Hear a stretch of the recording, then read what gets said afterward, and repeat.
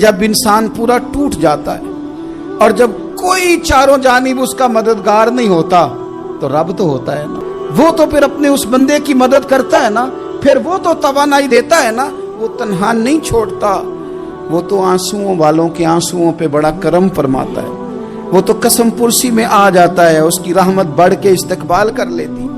اور زندگی میں کبھی کوئی ایسا وقت آئے کہ آپ محسوس کریں کہ تنہا رہ گئے ہیں اور کئی اپنے بھی مخالفین کی جماعت میں نظر آنے لگے ہیں، تو اس وقت پھر دل، زبان اور ذہن کو یکجا کر کے سمجھ لینا کہ جب ساری دنیا ساتھ چھوڑ جاتی ہے تو رب کی رحمتیں اس وقت بھی ساتھ رہتی ہیں، اور اللہ کی مدد اس وقت بھی بندے پہ کرم نوازی کرتی ہے۔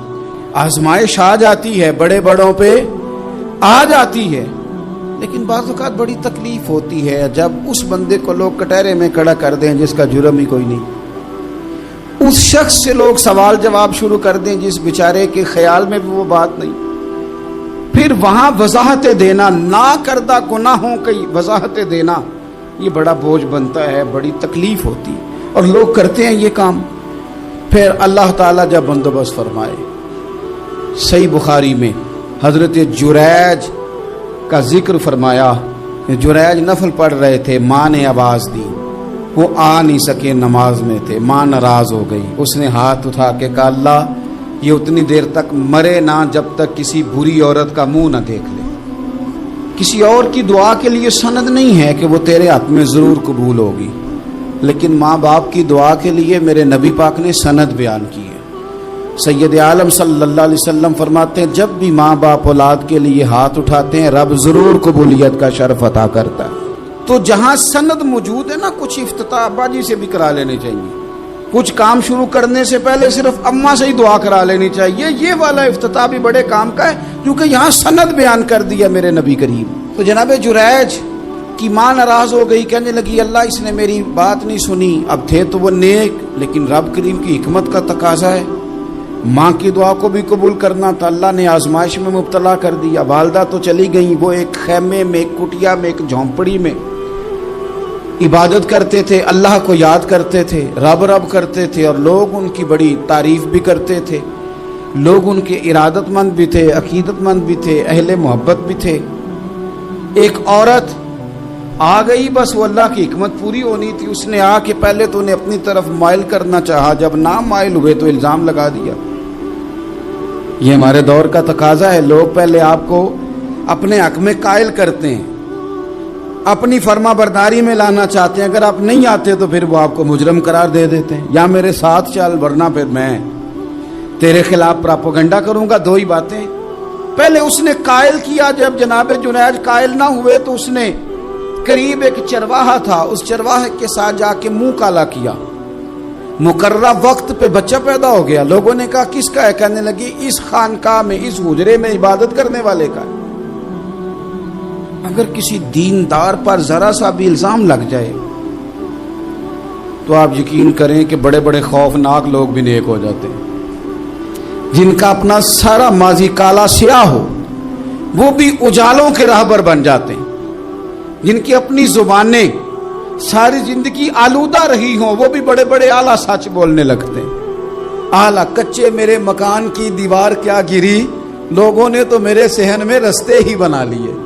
بڑے لوگ آ جاتے ہیں، پھر بڑا کچھ کرتے ہیں اور بڑے بڑے خوفناک جملے کستے ہیں، بس کو نقطہ جو ہاتھ آ گیا ایسے جیسے گرنے کا انتظار کر رہے تھے۔ اب جناب لوگ اٹھے، احتجاج شروع ہو گیا، شور پڑ گیا، یہ بابا بڑا نیک بنتا تھا، نفل پڑھتا تھا، عبادتیں کرتا تھا، دیکھو اس کا حال کیا ہے کہ اس نے ناجائز بچہ پیدا کیا۔ بغیر تحقیق کے میں کہہ چکا ہوں کہ الجھے الجھے بکھرے بکھرے روز و شب دیکھے گا کون، لوگ تیرا جرم دیکھیں گے سبب دیکھے گا کون، لوگ تیرا جرم دیکھیں گے سبب کوئی غور نہیں کرتا کہ وجہ کیا تھی۔ او بھائی کچھ تو مجبوریاں رہی ہوں گی، یوں ہی کوئی بے وفا نہیں ہوتا۔ الزام لگا دیا، شور ہوا، احتجاج ہوا، دنیا اکٹھی ہوئی، ان کا انہوں نے حجرہ گرا دیا، مارا بھی، پیٹا بھی، ایک نیک آدمی کو بدنام بھی کیا، برا بھلا بھی کہا، گالیاں بھی دی، جو کر سکتے تھے کیا۔ اب جب سزا دینے لگے نا تو جناب جریج کہنے لگے تھوڑی سی اجازت دیتے ہو؟ مار تو تم نے دینا ہی ہے۔ کہا جناب ٹھیک ہے دیتے ہیں۔ انہوں نے کہا صرف 2 نفل پڑھنے ہیں۔ اب وہ نفل پڑھ رہے تھے تو لوگ اس وقت بھی کہہ رہے تھے فراڈ ہی کر رہا ہے، دھوکہ ہی دے رہا ہے، چونکہ ذہن بن گیا نا، بدگمانی آ گئی۔ انہوں نے 2 نفل پڑھ کے ہاتھ اٹھائے، کہا اللہ جانا تو میں نے ہے، پر اس رسوائی کے ساتھ جنازے تک نہیں خراب ہو جاتے، قبریں تک نہیں لوگ بدنام کر دیتے؟ کہ اللہ جانا تو ہے پھر اس رسوائی کے ساتھ، تو میری مدد فرما، اب تو میرا کیس تیری ہی عدالت میں ہے، تو رحمت کا دروازہ کھول۔ ہاتھ اٹھائے، دعا مانگی، نفل پڑھے، پورے مجمع پہ نظر دوڑائی، کوئی نہیں تھا سپورٹ کرنے والا۔ کل تک جو کہتے تھے نا تیرے لیے جیئیں گے، تیرے لیے مریں گے، ساری عمر ہی آٹا گدا ہے، لکھاں کیتے نہیں پیڑے، اب وقت آیا ہی تے محمد بخشا کوئی نہیں ہو بیٹھا نیڑے۔ ایک بندہ بھی نہیں تھا، ووٹر سپورٹر ساتھ دینے والا کوئی نہیں تھا۔ تو جناب جنید بچے کی طرف اشارہ کر کے کہنے لگے کوئی نہیں بول رہا، تو ہی بول کے بتا دے تیرا باپ کون ہے، تو ہی بول کے بتا دے کون ہے۔ اللہ اکبر۔ میرا رب جب چاہے تو بچے بولتے ہیں، رب چاہے تو گونگے بولتے ہیں، رب جب چاہے تو پھر پتھر بھی بولتے ہیں۔ جب کہا نا تو ہی بتا تو بچہ بولا، اور بول کے کہنے لگا میرا باپ جریج نہیں، میرا تو وہ ہے جو بکریاں چرانے والا ہے، وہ میرا باپ۔ جب رب کریم نے توفیق دی تو بچہ بول پڑا۔ جب رب بندوبست کرتا ہے کسی کی عزت کی حفاظت کا تو پھر کوئی اسے رسوا کر سکتا؟ یاد رکھنا جب رب محافظ ہو تو پھر لوگوں کا پراپوگنڈا وہاں کچھ کر سکتا؟ لوگ کئی دفعہ بڑا گہرا جال بنتے ہیں، سازش کا رنگ بڑا گہرا ہوتا ہے، عام سادے آدمی اس کو سمجھ نہیں پاتے، اس پراپوگنڈے کا حصہ ہو جاتے ہیں، انہیں پتہ ہی نہیں چلتا یہ بات دراصل کیا کی جا رہی ہے۔ یہ کتنی گہری حسد کی آگ ہے جس کو لوگ بغض کے ساتھ ہوا دے رہے ہیں، اپنی عداوت کے ساتھ اس کو زیادہ جلا رہے ہیں۔ حضرت سیدنا عائشہ صدیقہ رضی اللہ تعالیٰ عنہ بیان کرتی ہیں، اور لطف کی بات یہ بھی بخاری میں موجود ہے۔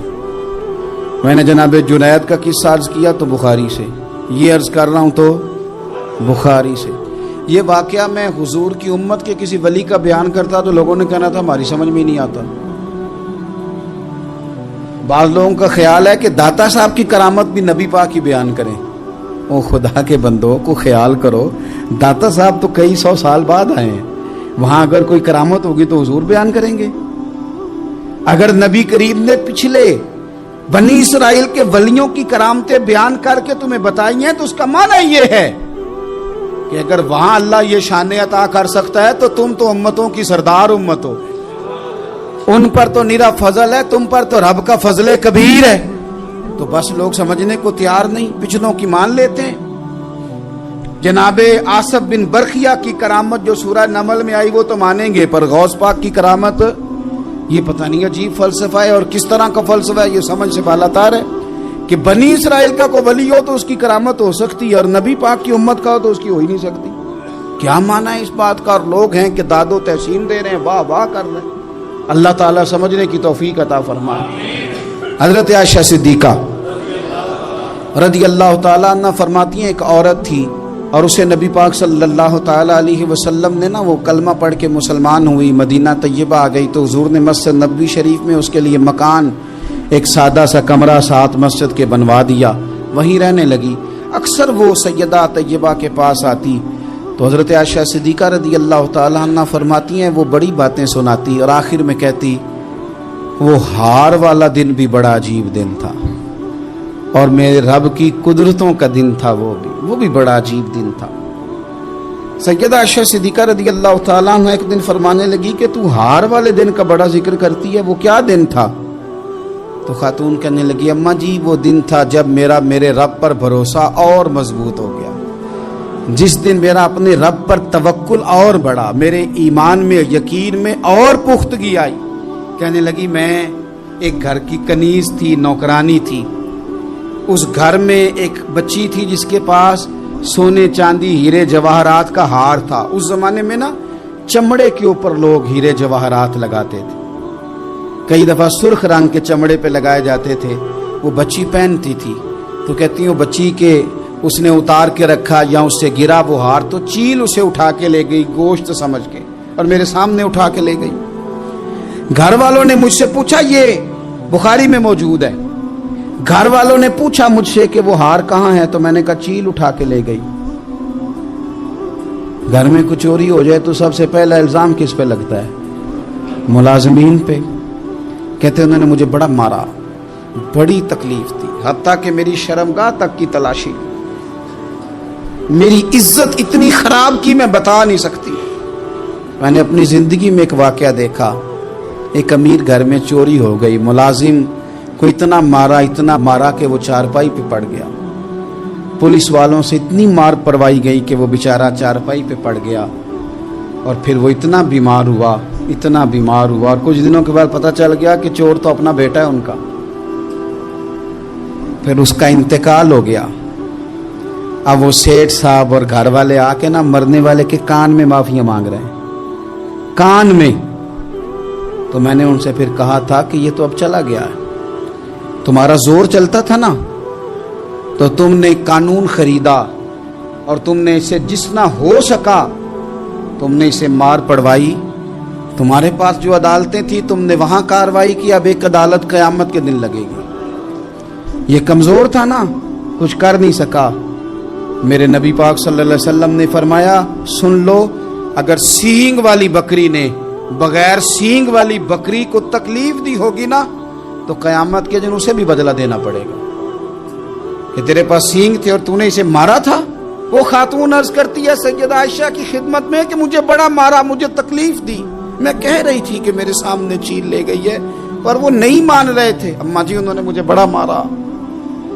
حضرت عائشہ صدیقہ کہتی ہیں پھر کیا ہوا؟ کہنے لگی اماں جی جب کوئی میرا مددگار نہ رہا، مجھے تکلیف دے رہے تھے، رسوا کر رہے تھے، تو میں نے اپنے رب سے مدد چاہی، میرے رب کی طرف میں نے توجہ کی، میں نے کہا مالک اب تو ہی میرا مددگار ہے۔ کہتی ہے وہ مجھے مار رہے تھے تو وہ چیل جو ہار لے گئی تھی وہی لے کے واپس آ گئی، اور ہمارے سروں کے قریب لا کے اس نے جب اس ہار کو پھینکا، وہ مجھے چھوڑ کے سائیڈ پہ ہوئے، وہ میری بے گناہی جان گئے، لیکن آپ کو بتاؤں اس دن سے میرا اپنے رب پر یقین اور بڑھ گیا۔ ٹوٹے دلوں میں تو رب ملتا ہے، جب لوگ تانے دیتے ہیں، جب لوگ تکلیف دیتے ہیں، جب آپ بالکل ٹھیک چل رہے ہوتے ہیں، جب آپ محنت کر رہے ہوتے ہیں، جب آپ مخلص ہوتے ہیں، جب آپ جدوجہد کر کر کے تھک جاتے ہیں، اور لوگ جب پوری طور پر تانا زنی کرتے، باتیں سننے کو جب ملتی ہے، میں دیانتداری سے کہتا ہوں جب لوگ پوری طرح دل توڑ دے، پھر کوئی سجدے کا مزہ ہے، پھر کوئی دعا کی لذت ہے، پھر کوئی چسکا ہے اس کی بارگاہ میں حاضری کا، پھر کوئی تڑپ پیدا ہوتی ہے اس کیفیت میں۔ وہ جب لوگ آپ کو پوری طرح تکلیف دے اور سارے اسباب ظاہری ختم ہو جائے، وہ جو لذت ہے نا اللہ کی بارگاہ میں جڑنے کی، وہ تعریف والوں کو کئی دفعہ نصیب۔ اگر میں غلط نہیں ہوں تو میں اس نتیجے پر پہنچا ہوں کہ اگر ہمارے دل سے لوگوں کا خوف نکل جائے نا، برادری، قبیلے، علاقے، سوسائٹی اور معاشرے میں جو ہم نے اپنی جھوٹی انا بنا رکھی ہے، اگر اس کا خوف نکل جائے تو بہت سارے لوگ دیندار ہو جائیں، بہت سارے لوگ پرہیزگار ہو جائیں، بہت سارے لوگ اللہ رسول کی رضا والے ہو جائیں۔ لیکن وہ جو سب سے پہلے تو یہ بتائیے، اگر ہم دین کے لیے کوئی جدوجہد کرتے ہیں، کوشش کرتے ہیں گھر میں دوستوں میں دین کی کوئی بات کرنے کے لیے، تو کس کے لیے کرتے ہیں؟ تو پھر لوگوں سے توقع رکھنے کا کیا مطلب ہوا؟ داتا گنج بخش علی حجویری رحمۃ اللہ علیہ، میں رات کشف المحجوب دیکھ رہا تھا، داتا صاحب نے عجیب بات لکھی ہے۔ داتا صاحب فرماتے ہیں جب تک نبی پاک علیہ السلام نے اعلان نبوت نہیں نہ فرمایا تھا، اس وقت تک صادق بھی کہتے تھے، امین بھی کہتے تھے، صلہ رحمی کرنے والا بھی کہتے تھے یہ تو غریبوں کا بوجھ اٹھاتے ہیں۔ جتنی دیر تک رسول پاک علیہ الصلوۃ والسلام نے لا الہ الا اللہ کی دعوت نہیں دی تھی، اتنی دیر تک کہتے تھے ان جیسا کوئی نہیں، شرافت، نفاست، پرہیزگاری ہر چیز ہے۔ جس دن حضور نے فرمایا کہ تمہارے بت جھوٹے ہیں، تمہارے نظریات ٹھیک نہیں ہیں، تمہیں بدلنا چاہیے۔ داتا صاحب لکھتے ہیں جس دن کہا کہ تمہارا یہ رویہ ٹھیک نہیں ہے، وہ جو صادق تھے انہی کو معاذ اللہ جادوگر کہنا شروع کر دیا، جن کو کل تک امین کہتے تھے انہی کو شاعر کہنا شروع کر دیا، جن کو کل تک آنکھوں کا تارا سمجھتے تھے ان کے خلاف تلواریں اٹھا لی۔ آپ یقین کریں دین کا کوئی کام آپ نہ کریں، آج بھی آپ فقیر مان جائیں درویش، موٹی سی چادر اوپر اوڑے، تسبیح لے لے، کونے میں بیٹھ جائے، حضرت صاحب کچھ نہیں کرتے جی، کوئی دین کا کام آپ نہ کریں، کونے میں بیٹھے جی، بڑا فرشتہ آدمی ہے، کسی کو کچھ نہیں کہتا، آپ صوفی مشہور ہے پوری دنیا میں۔ لیکن اگر آپ کہتے ہیں کوئی تعلیمی کام کرنا ہے، آپ کو کوئی تبلیغی کام کرنا ہے، سوسائٹی میں آپ کو کوئی کردار ادا کرنا ہے، آپ کو معاشرے میں کسی فکر کو پروان چڑھانا ہے، تو آپ کے لیے 100 باتیں، ہزار قسم کے تانے، لیکن نہ بچا بچا کے تو رکھ اسے، تیرا آئینہ ہے وہ آئینہ۔ اقبال کہتے ہیں تو اپنے شیشے کو اتنا بچا بچا کے کیوں رکھتا ہے؟ نہ بچا بچا کے تو رکھ اسے، تیرا آئینہ ہے وہ آئینہ، شکستہ ہو تو عزیز تر ہے نگاہ آئینہ ساز میں۔ حضرت امام احمد بن حنبل رحمۃ اللہ علیہ ایک چور کے لیے اکثر دعا مانگا کرتے تھے، ابو الحسن اس کا نام تھا۔ امام احمد بن حنبل کہتے یا اللہ اس پہ رحم فرما، یا اللہ اس چور پہ رحم فرما، دعا مانگتے، اور دعا کیا مانگتے؟ یا اللہ ابو الحسن اس پہ رحم فرما۔ ایک دن آپ کے بیٹے نے پوچھا کہ حضور لوگ بڑے پریشان ہیں کہ آپ چور کے لیے دعا مانگتے اور اس کے لیے اللہ کی رحمت طلب کرتے، تو امام احمد بن حنبل نے بڑی انوکھی بات کی، کہنے لگے اس چور نے مجھے حوصلہ بڑھا دیا۔ آپ فرمانے لگے دین کی ایک بات کرنے کی وجہ سے جب مجھے بادشاہ نے گرفتار کیا اور مجھے تھانے لے جایا گیا اور کوتوال مجھے بند کر رہا تھا، تو میں دیندار آدمی تھا، ساری زندگی پڑھنے پڑھانے والا تھا۔ سارے مجرم نہیں جیلوں میں جاتے، جیلوں میں تو حضرت یوسف علیہ السلام جیسے لوگ بھی رہے ہیں۔ فرماتے ہیں مجھے لے جایا جا رہا تھا تو کچھ کیفیات تھی کہ لوگ کہیں گے جناب جیل میں۔ ارشاد فرماتے ہیں کہ میں ابھی کوتوال مجھے تھانے لے کے گیا کہ وہ چور آیا اور آ کے کہنے لگا امام صاحب زمانہ جو مرضی کہے، میں جانتا ہوں آپ کی غلطی کوئی نہیں، آپ نے حق بیان کیا۔ کہنے لگا حضور میں چور ہوں،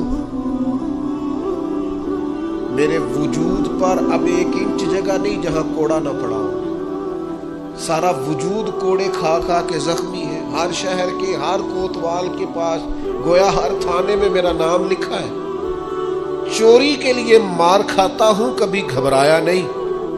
ذرا کھڑے رہنا، آپ تو محمد عربی کے دین کے لیے مار کھانے لگے، اتنی جلدی تانوں سے پریشان نہ ہونا، فرمایا ذرا کھڑے رہنا، اتنی جلدی تانوں سے پریشان نہ ہونا۔ زخم پہ زخم کھا کے جی، خون جگر کے گھونٹ پی، آہ نہ کر لبوں کو سی، یہ عشق ہے کوئی دل لگی نہیں۔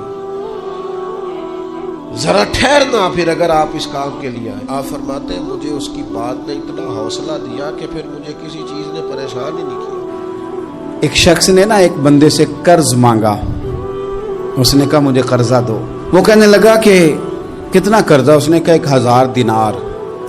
دینار سونے کا ہوتا تھا، درہم چاندی کا ہوتا تھا، 1000 دینار چاہیے۔ اس نے کہا کوئی گواہ ہے تیرے پاس؟ غریب کا گواہ بھی کوئی نہیں بنتا، کبھی الجھ جائے نا کوئی بندہ تو کئی اپنے بھی کہہ دیتے ہیں کہ ہم اس کے قول فعل کے ذمہ دار نہیں ہیں۔ ایک غریب آدمی کو قرض کی ضرورت پڑ گئی، 1000 دینار چاہیے۔ میں کہہ چکا ہوں کہ درہم چاندی کا ہوتا تھا، دینار سونے کا، اب 1000 دینار لینا ہے۔ تو جس بندے سے اس نے کہا، اگرچہ وہ نیک بندہ تھا، اس نے کہا یار 1000 دینار دے دو، تو کہنے لگا کوئی گواہ ہے تیرے پاس؟ وہ کہنے لگا غریبوں کا گواہ کون ہوتا ہے؟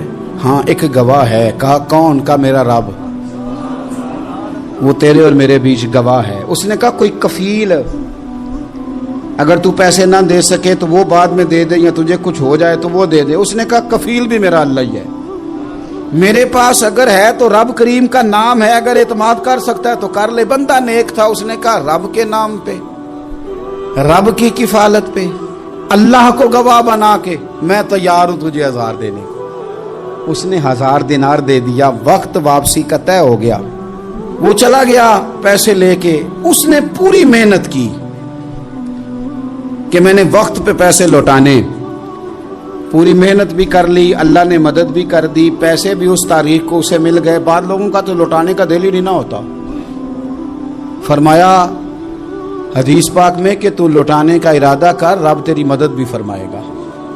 لیکن یہاں بہت سارے لوگ کہتے ہیں خیر ہے، ارادہ ہی نہیں، تو پھر جس طرح کا بندے کا گمان ہو رب بھی اسی طرح کا معاملہ فرماتا ہے۔ اس نے پیسے جمع بھی کر لیے اور واپس دینے کو تیار بھی ہو گیا، لیکن رستہ بحری جہاز کا تھا، کشتی کا تھا، دریا کے رستے واپس آنا تھا۔ اب وہ جب آ گیا دریا کے کنارے تو بڑی کوشش کی، پر وہاں اسے کوئی کشتی نہیں ملی۔ وقت پہ پیسے لوٹانے ہیں، سفر کرنا ہے، اب سواری میسر نہیں ہے۔ سوچ سوچ کے پریشان تھا کہ میں نے تو اللہ کے نام پہ لیے۔ اچانک دل میں ایک تجویز آئی، اس نے ایک لکڑی لی، لکڑی کو اندر سے کھولا، 1000 دینار اس میں بھرا، بخاری پڑھ رہا ہوں، اور ساتھ ایک خط بھی لکھا کہ یار میں پیسے پہنچانا چاہتا تھا پر مجھے کوئی چیز نہیں ملی دریا کے اس پار آنے، اللہ کے نام پر تیری طرف روانہ کر رہا ہوں۔ اور یہ کہہ کہ وہ لکڑی دریا میں رکھ دی، وہ لکڑی ڈوب گئی ہے، واپس آ گیا۔ وہ جس نے پیسے لینے تھے وہ عین مقررہ وقت پر دریا کنارے آیا۔ صبح سے سر شام تک اس نے انتظار کیا، دل ڈھلنے لگا تو دل میں خیال آ گیا کہ یار نہیں، اس نے دینے ہی نہیں، جھوٹا وعدہ کر گیا، پہنچا ہی نہیں وقت پہ۔ اب جب واپس لوٹنے لگا تو اچانک دریا میں ایک لکڑی تیرتی ہوئی دکھائی دی، کہنے لگا لے جاتا ہوں، شام کو روٹیاں پکانے کے کام آئے گی، ایندھن بنا کے جلا لوں گا، ہنڈیا پک جائے گی۔ لکڑی اٹھا کے جلانے کے لیے گھر لایا، گمان تھا کہ وہ نہیں آیا وعدہ کر کے، اللہ کو کفیل اور وکیل بنا کے اور گواہ بنا کے پھر بھی نہیں آیا۔ لکڑی لے کے گھر گیا، بخاری ہے، اور جب اس کو چیرا نہ کہ میں اس کی آگ جلاؤں گا، کھولا تو اندر سے 1000 دینار بھی نکل آیا، خط بھی نکل آیا۔ اب ذرا سمجھنا، اس کے دل میں بات کس نے ڈالی کہ تو لکڑی میں پیسے ڈال دے؟ اللہ نے۔ اس بندے کو مقررہ وقت پہ کنارے بھیجا کس نے؟ لکڑی صرف اسی کے ہاتھ آئی تو یہ بندوبست کیا کس نے؟ اللہ نے۔ گھر جا کے چیری تو پیسے بحفاظت اس تک پہنچائے کس نے؟ تو پھر ہمیں بھی توجہ اللہ کی جانب ہی کرنی چاہیے، ہمارے پہ دل کی توجہ رب کی طرف ہی ہونی چاہیے نا، ہمیں ادھر ادھر جانے کی، دیکھنے کی، بندوں پر غور کرنے کی ضرورت کیا ہے؟ وہ پیسے پہنچ گئے، یہ وہاں اپنی جگہ پہ پریشان تھا، اس نے 1000 دینار اور جمع کیا۔ پھر دوبارہ ایک دن دریا کنارے آیا، کشتی مل گئی، بیٹھ کے اپنے اس بھائی کے پاس آیا، کہنے لگا دیکھنا مجھ پر بدگمان نہ ہونا، پیسے اس تاریخ کو بھی جمع کر لیے تھے، دریا پہ آیا تھا پر کشتی نہیں ملی تھی، پھر میں نے نا لکڑی میں ڈال کے خط ڈال کے تیری طرف بھیج بھی دیے تھے، لیکن آج میں پھر لے کے آ گیا ہوں۔ وہ کہنے لگا خوش ہو جا، جس رب کو تو نے میرا اور اپنا گواہ بنایا تھا اس رب نے میرے تک پہنچا بھی دیے ہیں۔ جب لوگ اللہ کو گواہ بناتے ہیں، رب کی جانب اپنی توجہ کرتے ہیں، اپنی چاہتوں، خواہشات اور اپنی ساری چٹھیاں اپنے رب کریم کی رحمت کی طرف روانہ کرتے ہیں، پھر اللہ اپنے بندوں کو مایوس نہیں کرتا، اللہ اپنے بندوں کو نواز دیتا ہے، اللہ تبارک و تعالیٰ اپنے بندوں پہ کرم نوازی کرتا۔ او سنگیو، ساری امیدیں سیٹھوں، نوابوں، دنیا داروں سے کیوں وابستہ کرتے ہو؟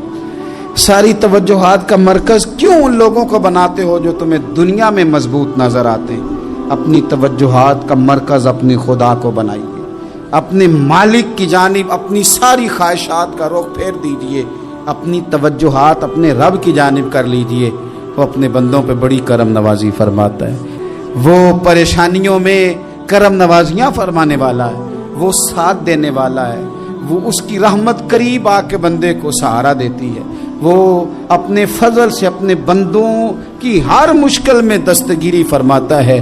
اسیاں سے کبھی ہم نے کنارہ نہ کیا، اور تو نے بھی تو دل آزردہ ہمارا نہ کیا، ہم نے تو جہنم کی بہت کی تدبیر، پر مولا تیری رحمت نے گوارا نہ کیا۔ عدل کریں تے تھر تھر کمبن، اچیاں شانہ والے، تجھے تو فضل کریں تے بخشے جامن، میرے جے منہ کالے، آخر دعوایا ان الحمدللہ رب العالمین۔